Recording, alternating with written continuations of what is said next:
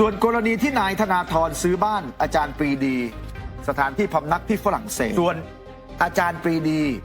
ไปอยู่บ้านหลังนี้ได้อย่างไรนะข้อมูลทางประวัติศาสตร์ก็เป็นไปตามที่สรุปเมื่อสักครู่นี้คือมีอยู่ช่วงหนึ่งอาจารย์ปรีดีกลับมาเมืองไทยเพื่อที่จะทำรัฐประหารแต่ไม่สำเร็จส่วนกรณีที่นายธนาธรซื้อบ้านอาจารย์ปรีดีสถานที่พำนักที่ฝรั่งเศสนะที่เรารายงานไปเมื่อวานฮะนั่นก็คือไปให้สัมภาษณ์ไทยรัฐนะแล้วก็เปิดเผยว่าเดี๋ยวจะมีการดูแลให้เป็นสถานที่สำหรับการรำลึกถึงเหตุการณ์เปลี่ยนแปลงการปกครองนะได้ซื้อไว้แล้วบ้านอาจารย์ปรีดีที่เมืององโจนีที่ฝรั่งเศสนะหลังจากนั้นปรากฏว่า Facebook ของคุณเจี๊ยบอมรัตน์โชคประมิตรกุลได้มีการโพสต์คลิปนะที่คุณธนาธรไปออกรายการนี่แหละแล้วก็มีข้อความเพิ่มเติมอีกฮะคุณเจี๊ยบอมรัตน์บอกว่านายธนาธรและภรรยาได้ซื้อบ้านหลังที่อาจารย์ปรีดีเคยไปอาศัยลี้ภัยและเสียชีวิตอยู่ที่นั่นตั้งอยู่ที่เมืององโจนีประเทศฝรั่งเศสไว้เรียบร้อยแล้วโดยมีวัตถุประสงค์เพื่อให้ผู้คนได้จดจำรำลึกถึงประวัติศาสตร์ช่วงเปลี่ยนแปลงการปกครอง 2475 ครั้งหนึ่งเคยมีความสำคัญจัดเป็นวันชาติไทยแต่ในปัจจุบันนี้ประวัติศาสตร์ที่เกี่ยวข้องกับวันเปลี่ยนแปลงการปกครอง 24 มิถุนายน 2475 มีความพยายามถูกทำให้ลบเลือนและสูญหายไปโดยจะมีการจัดแถลงข่าวช่วงเดือนพฤษภาถึงมิถุนายนนี้ที่ประเทศฝรั่งเศสนะฮะก็คือแถลงข่าวเรื่องว่าบ้านของอาจารย์ปรีดีเนี่ยจะมีการอนุรักษ์ไว้อย่างไรเพื่อให้คนรำลึกนะนี่คนให้รายละเอียดก็คือคุณเจี๊ยบนะคะคุณเจี๊ยบฮะเพิ่มเติมนะทีนี้เส้นทางลี้ภัยของอาจารย์ปรีดีทีมข่าวการเมืองท็อปนิวเนี่ยได้ย้อนฮะว่าอาจารย์ปรีดีทำไมต้องลี้ภัยไปอยู่ที่โน่นเนี่ยนี่ค่ะจากการที่นายธนาธรออกมาเปิดเผยว่าได้ซื้อบ้านของอาจารย์ปรีดีไว้นะคะสำหรับบ้านหลังดังกล่าวค่ะมีชื่อว่าบ้านองโจนีตั้งอยู่ชานเมืองทางตอนใต้ของกรุงปารีสโดยนายปรีดีได้อาศัยอยู่กับครอบครัวหลังจากลี้ภัยจากประเทศไทยและอาศัยอยู่ที่นั่นเป็นเวลา13 ปีก่อนจะเสียชีวิตด้วยอาการหัวใจวายในวันที่2 พฤษภาคม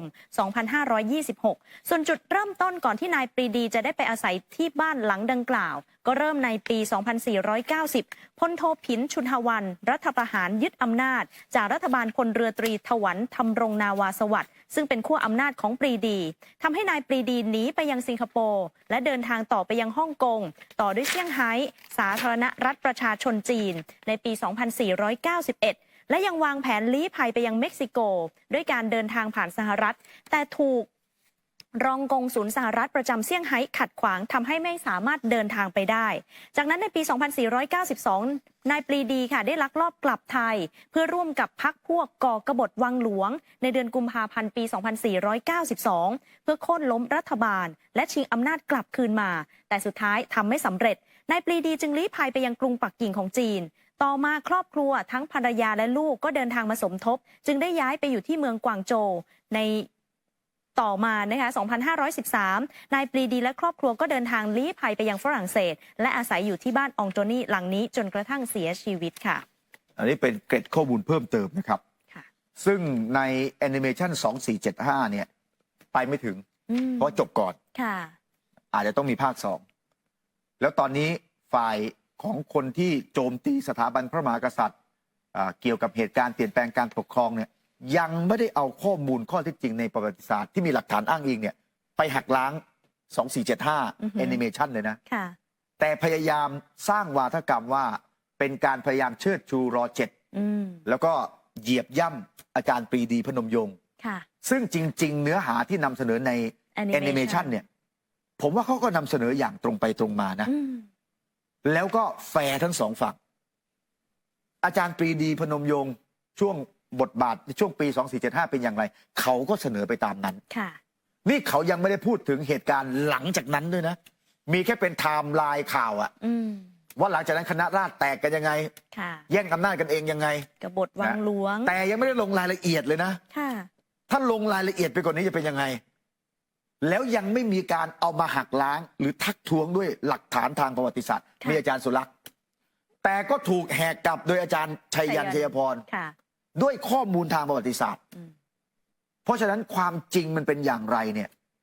ดูตามหลักฐานทางประวัติศาสตร์ผมว่าแอนิเมชันเนี้ยร้อยเรียงไว้ได้ดี ส่วนอาจารย์ปรีดีไปอยู่บ้านหลังนี้ได้อย่างไรนะข้อมูลทางประวัติศาสตร์ก็เป็นไปตามที่สรุปเมื่อสักครู่นี้ ค่ะ คือมีอยู่ช่วงหนึ่งอาจารย์ปรีดีกลับ กลับ มา เมืองไทย เพื่อที่จะ ชิง ทำ อำนาจ รัฐประหาร อืม แต่ไม่สำเร็จ ค่ะ นะเพราะฉะนั้นก็ต้องถือว่าคนที่เคยโจมตีการยึดอำนาจนะการรัฐประหารเนี่ยอย่าลืมว่าอาจารย์ปรีดีเอง ก็เคยถึงขนาดต้องเข้าไปร่วมเพื่อที่จะยึดอำนาจแล้วไม่สำเร็จ ค่ะ แล้วจากนั้นก็เดินทางออกจากต่างประเทศไป อืม เพราะฉะนั้นคำว่ารัฐประหารมันเลวในตัวของมันเองหรือไม่ ลองพิจารณาดูอีกรอบหนึ่งซะก่อน ขนาดคนดีๆ อย่างอาจารย์ปรีดีเนี่ยยังต้องคิดเรื่องรัฐประหาร เวลาบ้านเมืองมันมีปัญหาจุดหนึ่ง หรือถูกมองว่ามีปัญหาจุดหนึ่งเห็นไหม ค่ะ นี่อันนี้ก็คือเหตุการณ์ในประวัติศาสตร์ประเทศไทย เรื่องของประชาธิปไตย ซึ่งแทรกด้วยรัฐประหารเป็นระยะ แล้วคณะราษฎรเองก็แตกคอกันเอง ค่ะ นะจนกระทั่งแต่ละคนจุดจบก็แตกต่างกันออกไปนะฮะอันนี้คือประวัติศาสตร์ซึ่งถูกนำมาเป็นปมการเมืองในปัจจุบันด้วย ค่ะ นะฮะส่วนเรื่องของคาสิโนนะเมื่อวานนี้คุณจุลพันธ์อมรวิวัฒน์รัฐมนตรีช่วยคลัง เมื่อวานนี้ได้ให้สัมภาษณ์นะครับว่าเรื่องรายงานของสภาที่พิจารณาไปแล้วก็เป็นส่วนของสภา ค่ะ แต่เรื่องของรัฐบาลขณะนี้รัฐบาลก็จะให้มีการศึกษา แล้วยังไม่ได้มีการนำเข้าที่ประชุมครม.นะ อยู่ระหว่างเอกสารเตรียมเอกสาร 1-2 สัปดาห์หลังจากนี้ จะนำเข้าสู่ที่ประชุมครม.ฮะเดี๋ยวไปฟังรายละเอียดเพิ่มเติมจากรัฐมนตรีช่วยกระทรวงการคลังนะฮะคุณจุลพันธ์พูดเรื่องนี้ฮะ ไม่เรียกว่าคาสิโนครับเรียกว่า entertainment complex เป็นโมเดลทาง business เป็น business โมเดลที่แตกต่างนะครับเราพูดถึง entertainment complex ซึ่งแน่นอนว่าในโมเดลเรื่อง entertainment complex เนี่ยต่างประเทศบางที่อาจจะเรียกว่า integrated resort นะครับแต่ว่ากลไกของมันเนี่ยพูดถึงเรื่อง gaming area เนี่ยไม่ถึง 5%อย่างเช่นสิงคโปร์เนี่ย 2.5% ญี่ปุ่นนี่อย่างน้อยรัฐก็เก็บรายได้เข้ารัฐนะครับเกิดการจ้างงานเกิดการสร้างอาชีพให้กับพี่น้องประชาชนในขณะเดียวกันในเรื่องของผลกระทบที่เกิดขึ้น ก็มีกลไกทางกฎหมายไม่ว่าจะเป็นเรื่องของกองทุน ไม่ว่าจะเป็นเรื่องของการสร้าง negative list เพราะฉะนั้นก็จะมีการเสนอเป็นร่างกฎหมายมาดูแลด้วยนะแล้วก็ยังไม่ได้มีการลงรายละเอียดสรุปว่าจะทำที่ไหนยังไงนะตอนนี้มันมีแต่ข่าวลือออกไปที่บอกว่าทำกี่ที่ ค่ะ คุณหมอวรงค์เดชกิจวิกรมเนี่ยแสดงจุดยืนเลยนะคัดค้านหยุดคาสิโนเสรีฮะ ค่ะ จะตั้งคาสิโนที่ถูกต้องตามกฎหมาย โดยอ้างว่าจะเป็นช่องทางในการสร้างรายได้พี่น้องครับ ผมเห็นนายกเศรษฐาเขากระตือรือร้นที่อยากจะตั้งคาสิโนที่ถูกต้องตามกฎหมาย โดยอ้างว่าจะเป็นช่องทางในการสร้างรายได้ และที่สำคัญที่สุดก็คือจะเอาสิ่งที่อยู่ใต้ดินให้มาอยู่บนดิน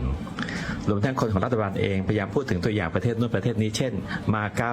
สิงคโปร์เพราะสร้างรายได้ให้กับประเทศเขาอย่างมหาศาล ผมต้องถามรัฐบาลกลับฮะถามว่าท่านคิดว่าถ้าจัดตั้งคาสิโนที่ถูกต้องตามกฎหมาย จะทำให้บ่อนเถื่อนหมดไปหรือไม่ หรือถ้าจัดตั้งแล้วจะทำให้บ่อนเถื่อนมีมากขึ้น เพราะมีต้นแบบจากคาสิโนที่ถูกต้องตามกฎหมายท่านแน่ใจนะครับว่าท่านจะสามารถควบคุมได้ตำรวจทำหน้าที่เป็นตำรวจกฎหมายเข้มแข็งจริง แต่ในความเห็นส่วนตัวผมกลับมองว่ายิ่งมีคาสิโนที่ถูกต้องตามกฎหมาย จะเป็นต้นแบบและสร้างความชอบธรรมให้บ่อนเถื่อนมีมากขึ้นกระจายเต็มพื้นที่มากขึ้น นี่ก็ยังมีความเห็นแตกต่างอยู่นะแต่ ค่ะ ขึ้นอยู่กับว่ารัฐบาลจะทำยังไงหลังจากนี้ อืม เป็นแหล่ง นะ ผลประโยชน์